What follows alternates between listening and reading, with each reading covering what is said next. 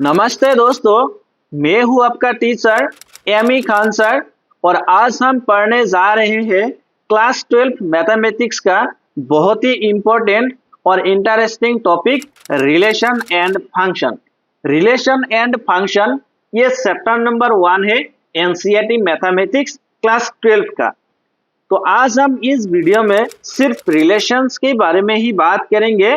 हम किसी और वीडियो में फंक्शंस के बारे में बात करेंगे।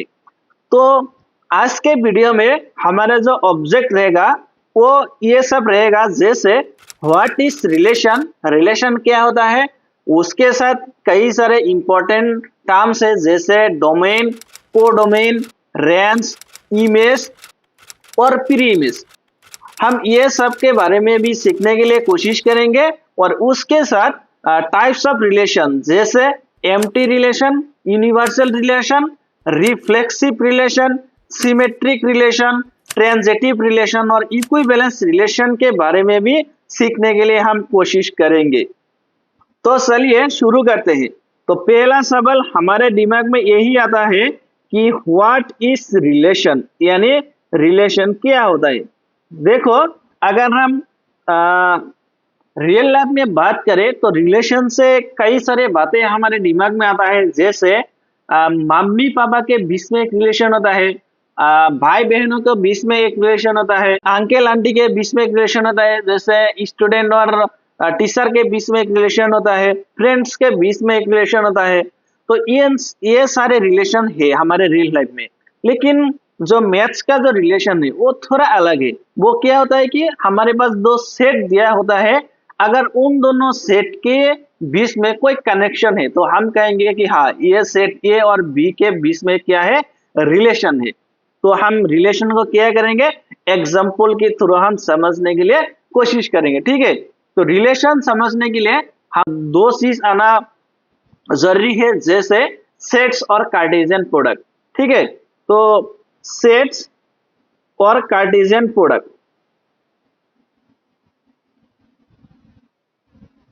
अब देखो कि सेट क्या है।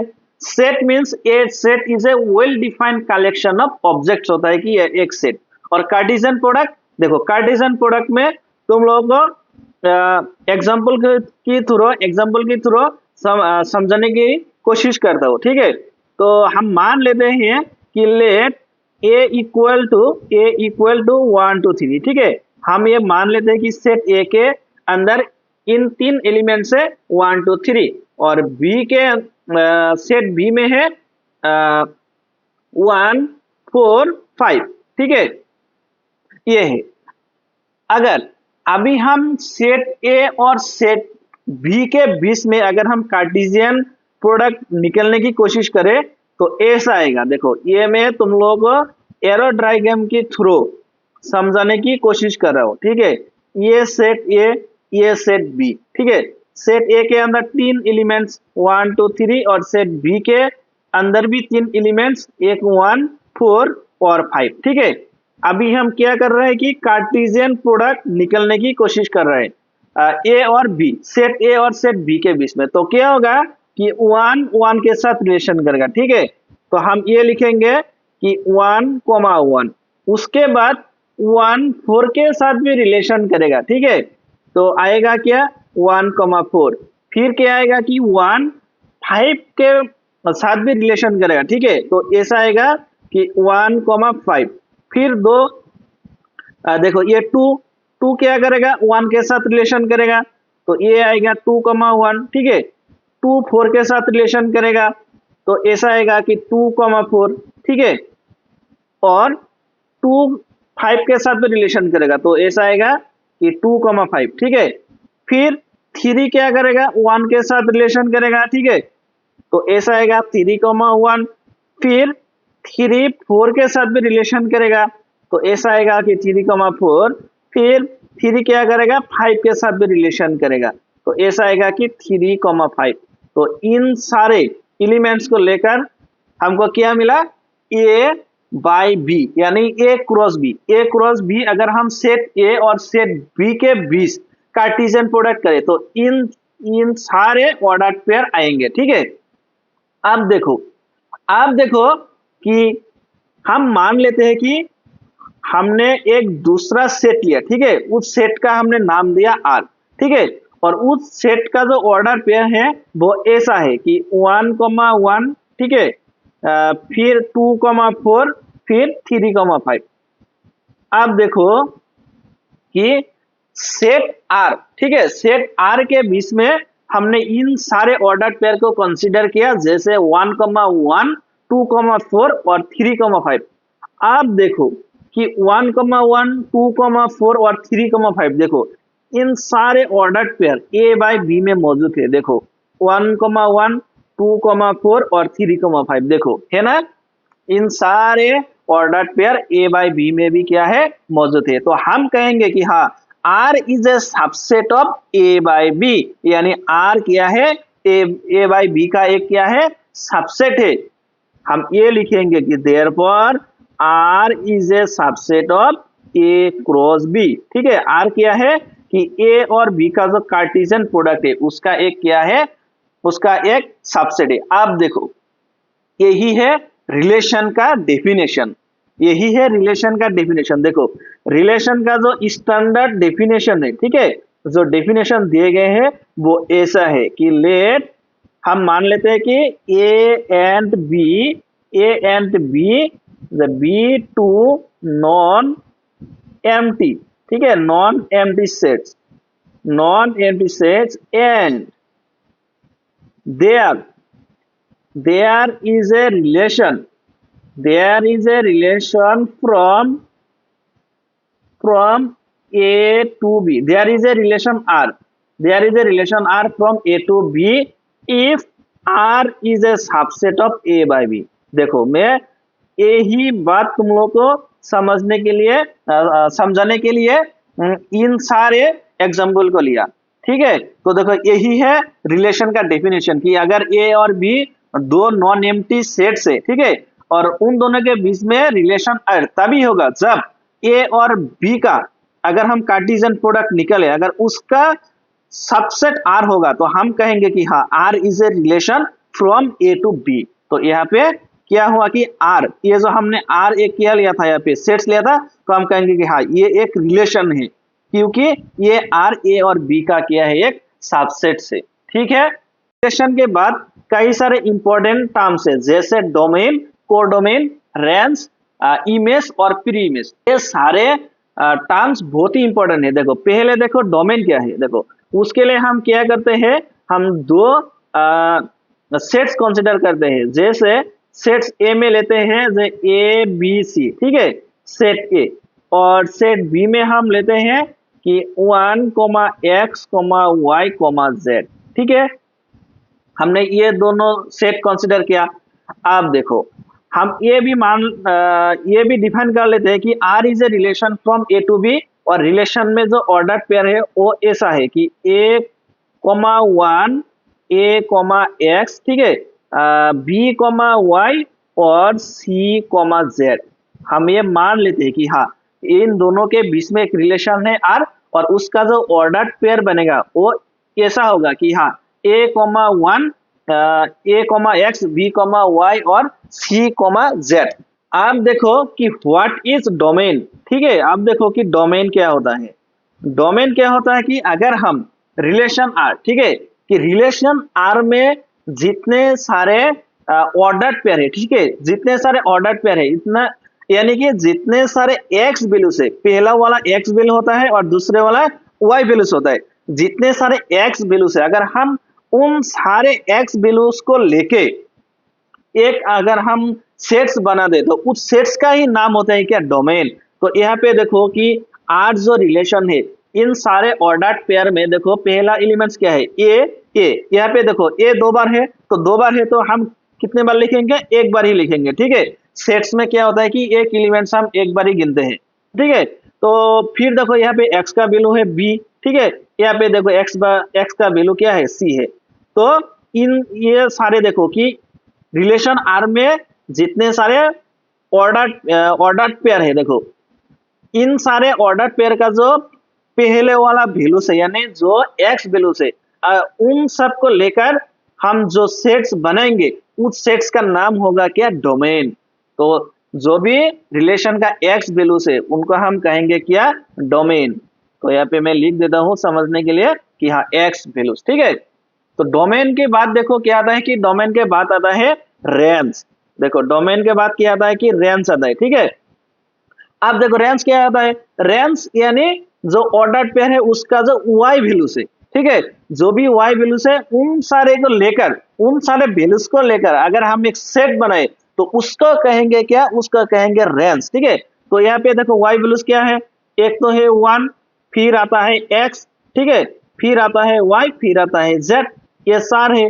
तो इन सब को लेकर हम एक क्या बना दिया, यहाँ पे सेट्स बना दिया, ठीक है। तो इसको क्या कहेगा, इसको कहेगा रेंज। और इन सारे क्या है, इन सारे है y वैल्यूज। देखो ठीक है। तो अब देखो कि कोडोमेन क्या होता है फिर, ठीक है। अब देखो कोडोमेन क्या है, देखो कोडोमेन यानी जो सेट्स बी है, ठीक है, सेट्स बी का जो भी सारे एलिमेंट्स है इन सबको कहेगा क्या, कोडोमेन, ठीक है। तो यहाँ पे सेट ए और सेट बी इन दोनों के बीच में एक रिलेशन था आर ए, ठीक है। तो इन दोनों मतलब इन एग्जाम्पल इस क्वेश्चन के मतलब जो कोडोमेन होगा, ठीक है, कोडोमेन होगा कौन सा, ये जो सेट बी यानी जो सेट बी होता है, set A and set B, ठीक है, जो भी बी होता है वो कहलाता है हमारा क्या, कोडोमेन, ठीक है। तो सेट बी में क्या है, ये है कि 1, x, y, z, ये सारे होता है क्या, कोडोमेन। अब देखो कि इमेज क्या होता है, देखो इमेज तो और भी इजी है। इमेज क्या होता है, देखो इमेज यानी यहाँ पे क्या है कि a,1, a,x, b,y, c,z, जो भी दूसरे एलिमेंट्स है उसको कहता है इमेज। यानी यहाँ पे हम ये कहेंगे कि one is the image of A, हम ये कहेंगे यहाँ पे कि one is the image of A. तो x और y, ठीक है, जो y वैल्यू से उसको कहते हैं इमेज और जो x वैल्यू से उसको कहते हैं प्री इमेज, ठीक है। ये तो बहुत ही इजी था। तो हम यहाँ पे प्री इमेज क्या कहेंगे, ए, ठीक है, कि A is the pre image of 1, ठीक है। तो यहाँ पे देखो हम ये कहेंगे कि x is the image of A, फिर हम कहेंगे कि हाँ a is the pre image of x। तो यहाँ पे समरी ये है कि अगर हमारे पास दो सेट्स है, ठीक है, a और b, और अगर वहां पे एक रिलेशन r है, ठीक है, तो रिलेशन r का जो भी सारे ऑर्डर पेयर है उन सारे ऑर्डर पेयर की जो x वैल्यू से अगर हम उस x वैल्यूज को लेकर एक सेट्स बनाए तो उसको कहता है डोमेन। अगर हम उस रिलेशन का y वैल्यूज को लेकर एक सेट्स बनाते हैं उसको कहते हैं रेंज। और डोमेन कौन सा होता है कि जो भी हमारा सेट है b, ठीक है, वो उसको कहते हैं क्या, कोडोमेन। और इमेज मींस जो भी ऑर्डर पेयर है उसका जो y वैल्यू से उसको कहेंगे हम इमेज। ये जो पहले वाला है मतलब पहले वाला x है, दूसरे वाला y है, तो हम कहेंगे कि y is the image of x। तो यहाँ पे a और 1 है तो हम कहेंगे कि 1 is the image of a। और प्री इमेज क्या है, प्री इमेज है ये वाला, यानी हम कहेंगे कि a is the pre image of 1, ठीक है। तो अभी हम नेक्स्ट समझेंगे कि टाइप्स ऑफ रिलेशन, जैसे empty relation, universal relation, reflexive relation, symmetry relation, transitive relation, equivalence relation, ठीक है। अभी हम इन सारे रिलेशन के बारे में समझने की कोशिश करेंगे। आप देखो कि टाइप्स ऑफ रिलेशन, ठीक है, कि कितने सारे टाइप्स होते हैं रिलेशन का, टाइप्स ऑफ रिलेशन, ठीक है। तो पहले आता है क्या, एम्प्टी रिलेशन। एम्प्टी रिलेशन, अब देखो नाम से ही पता चलता है कि ये रिलेशन कैसा होगा कि अगर हमारे पास दो सेट्स है ए और बी, अगर इन दोनों सेट्स के बीच में कोई कनेक्शन ही ना बने, कोई लिंक ही ना हो, तो हम कहेंगे कि हाँ यहाँ पे एक रिलेशन है क्या, आर, मतलब इन दोनों के बीच में कोई रिलेशन ही नहीं है। तो हम ये एग्जाम्पल के थ्रू समझने की कोशिश करते हैं।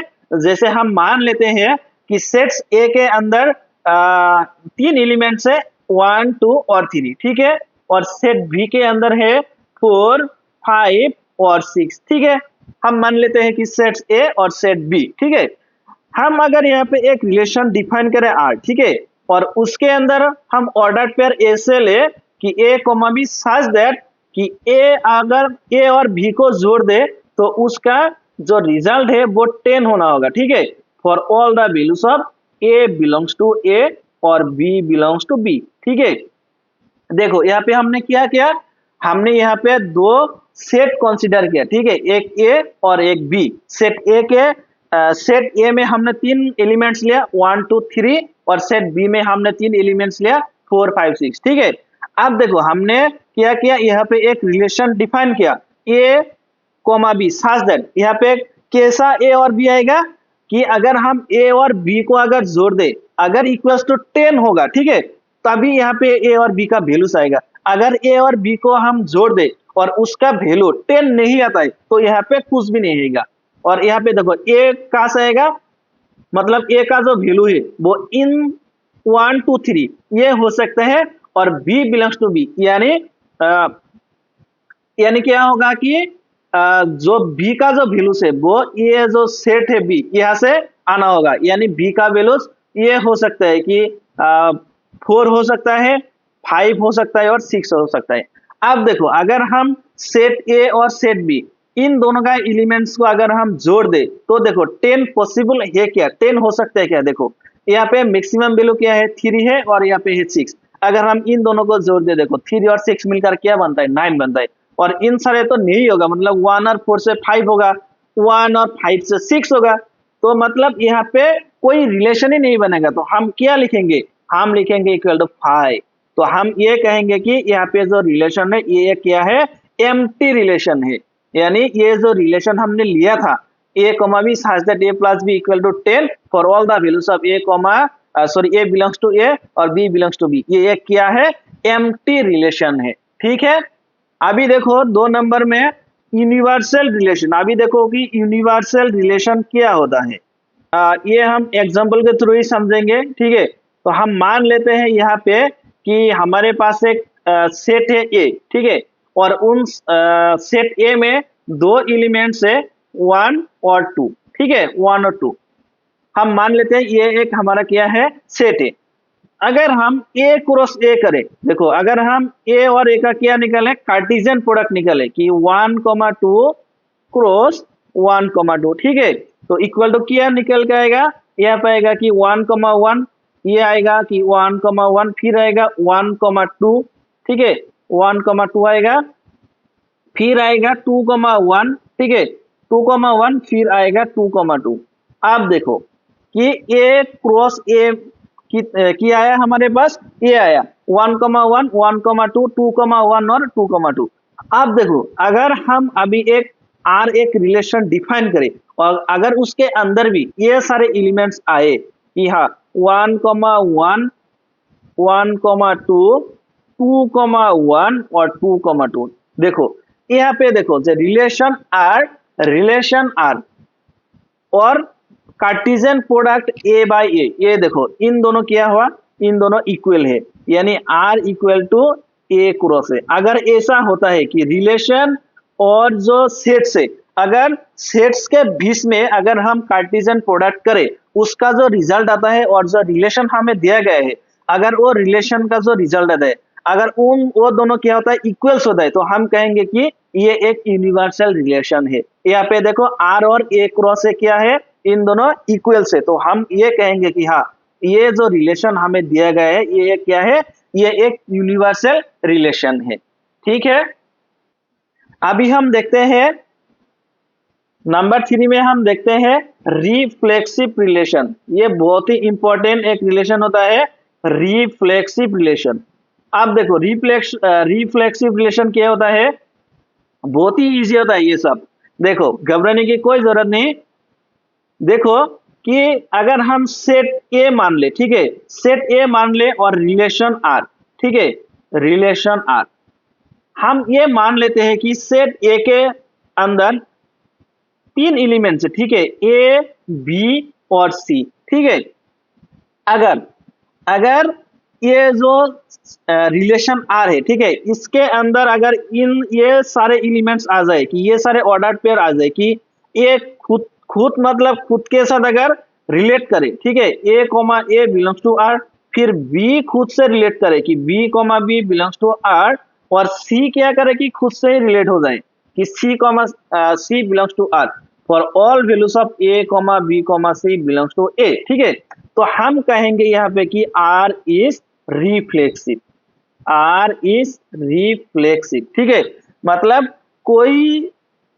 कोई भी सेट्स की जो एलिमेंट्स है, अगर उन सारे एलिमेंट्स खुद ही खुद के साथ अगर रिलेट हो जाए तो हम उस रिलेशन को क्या कहेंगे, हम उस रिलेशन को कहेंगे रिफ्लेक्सिव रिलेशन। हम यहाँ पे एक एग्जांपल ले लेते हैं। ठीक है, हम मान लेते हैं कि हमारे पास ए एक सेट है। ठीक है, और इसके अंदर दो एलिमेंट्स है ए और बी। ठीक है, और यहाँ पे आर एक रिलेशन दिया गया है और इसके अंदर ऑर्डर पेयर है इस तरह कि ए कॉमा बी। ठीक है, बी कॉमा बी और बी कॉमा ए।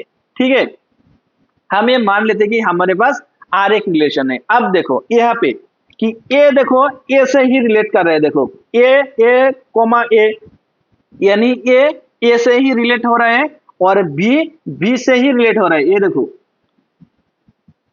और सॉरी यहाँ पे मैंने सेम लिख दिया दो, यहाँ पे होगा क्या बी कॉमा बी। ठीक है, यहाँ पे देखो कि बी कॉमा बी। ठीक है, कि यहाँ पे देखो कि ए से ही रिलेट हो रहा है और बी से ही रिलेट हो रहा है। तो ये मतलब कौन सी रिलेशन का ये डेफिनेशन है, ये है रिफ्लेक्सिव रिलेशन का। ये क्या है, डेफिनेशन है कि अगर कोई भी सेट्स का जो एलिमेंट्स है अगर वो खुद से ही, ठीक है, खुद से ही रिलेट हो जाए तो उसका हम कहेंगे क्या, रिफ्लेक्सिव रिलेशन। तो यहाँ पे जो रिलेशन आर दिया गया है, ठीक है, इसको हम कहेंगे क्या, रिफ्लेक्सिव रिलेशन। हम क्या कहेंगे इसको, इसका कहेंगे रिफ्लेक्सिव रिलेशन।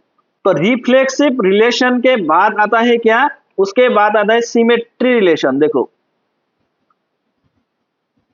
सिमेट्री रिलेशन, अब देखो सिमेट्री रिलेशन क्या होता है, पहले की तरह हम सेट लेंगे ए और रिलेशन लेंगे आर। ठीक है, अगर ऐसा होता है कि A comma B belongs to R, ठीक है, और ये इंप्लाइज करे कि हाँ B comma A B R में है for all values of A comma B belongs to A. देखो अगर ऐसा होता है कि A comma B belongs to R implies that B comma A is also belongs to R, तो हम उस रिलेशन को कहेंगे क्या, सिमेट्री रिलेशन। हम ये एग्जांपल के थ्रू समझने की कोशिश करेंगे। जैसे देखो हम मान लेते हैं कि हमारे पास सेट ए है। ठीक है, सेट ए के अंदर ए सारे एलिमेंट्स है, जैसे एक्स वाई और जेड। ठीक है, और यहाँ पे रिलेशन आर, ठीक है, रिलेशन आर के बीच में ये सारे ऑर्डर पेयर है, जैसे एक्स कॉमा एक्स, ठीक है, कि X comma Y, Y comma X, ठीक है, Y comma Z, Z comma Y. ठीक है, अब देखो ये एक सिमेट्री रिलेशन होगा। देखो कैसे होगा, अब ये देखो कि एक्स कॉमा एक्स, देखो एक्स कॉमा एक्स, देखो ये कहाँ पे है, ये देखो आर के अंदर ही है। तो ये देखो इंप्लाइज अगर हम ये करें, देखो इंप्लाइज क्या करना होगा कि ए कॉमा बी अगर आर में है तो बी कॉमा ए भी आर में रहना होगा।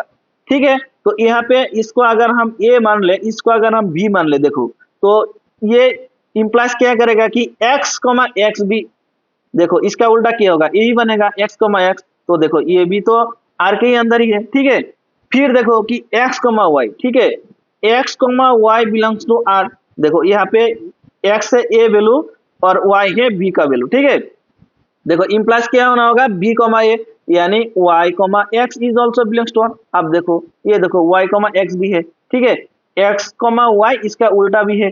अब देखो इसका उल्टा भी है यहाँ पे कि y कॉमा जेड, ठीक है, y comma Z belongs to R. तो हम इंप्लाइज लिखेंगे क्या, हम लिखेंगे कि z comma y is also belongs to R. ये देखो y कॉमा जेड है, फिर z कॉमा y भी है, यानी ये क्या कर रहा है, ये सिमेट्री रिलेशन का जो डेफिनेशन है उसको सेटिस्फाई कर रहा है। तो हम यहाँ पे कहेंगे कि हाँ हमारे पास जो यहाँ पे आर रिलेशन है ये क्या है, ये एक सिमेट्रिक रिलेशन है। तो हम कहेंगे कि therefore R is a symmetry relation।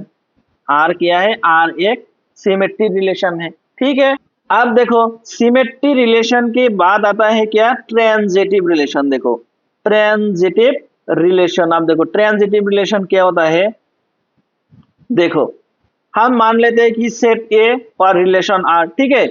आप देखो कि अगर ऐसा होता है कि A comma B belongs to R, ठीक है, कि ए कॉमा बी आर में है, फिर बी कॉमा सी ये भी आर में है, तो अगर इन दोनों से, ठीक है, A comma B belongs to R, फिर B comma C belongs to R, अगर इन दोनों से इंप्लाइज हो जाए कि हाँ ए कॉमा सी भी आर में है, ठीक है, A comma C is also belongs to R for all values of A comma B comma C belongs to capital A, ठीक है, तो हम कहेंगे कि हाँ ये रिलेशन क्या है, ट्रांजिटिव रिलेशन है।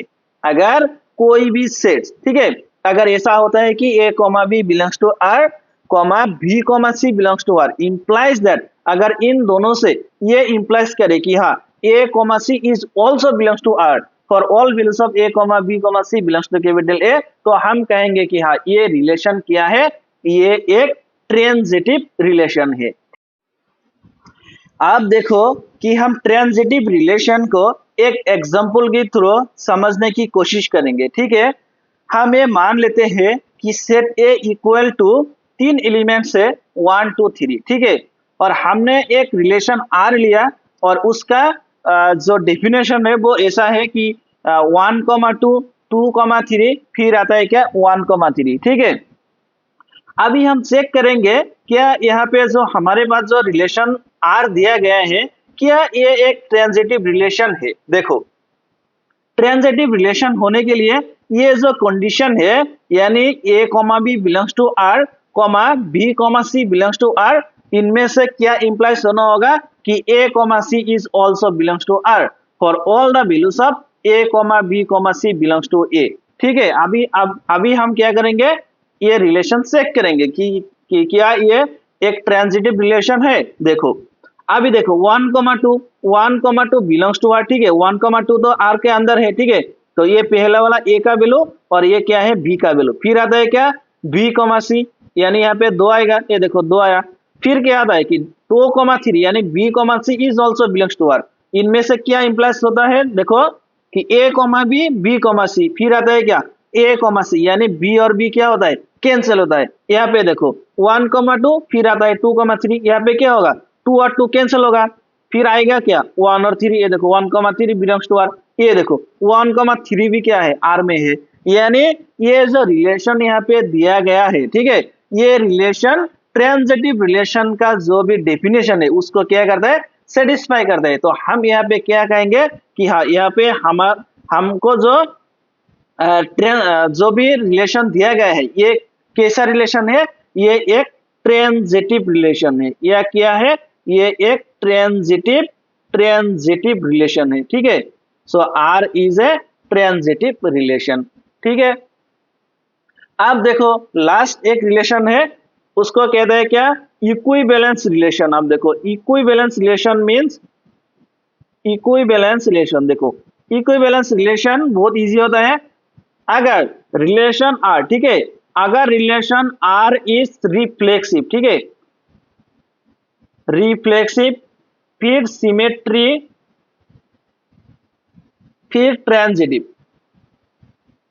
मतलब क्या है कि देखो अगर आर रिफ्लेक्सिव सिमेट्री और ट्रांजिटिव, अगर आर इन 3 रिलेशन को भी सेटिस्फाई करता है, ठीक है, अगर relation R reflexive relation symmetry relation और ट्रांजिटिव रिलेशन को अगर सपोर्ट करता है, अगर इन 3 रिलेशन को सेटिस्फाई करता है, तभी हम मानेंगे या फिर तभी हम कहेंगे कि हाँ आर एक क्या है इक्विवेलेंस रिलेशन है। मींस आर इक्विवेलेंस होने के लिए आर रिफ्लेक्सिव सिमेट्री और ट्रांजिटिव इन 3 रिलेशन भी होना पड़ेगा, ठीक है।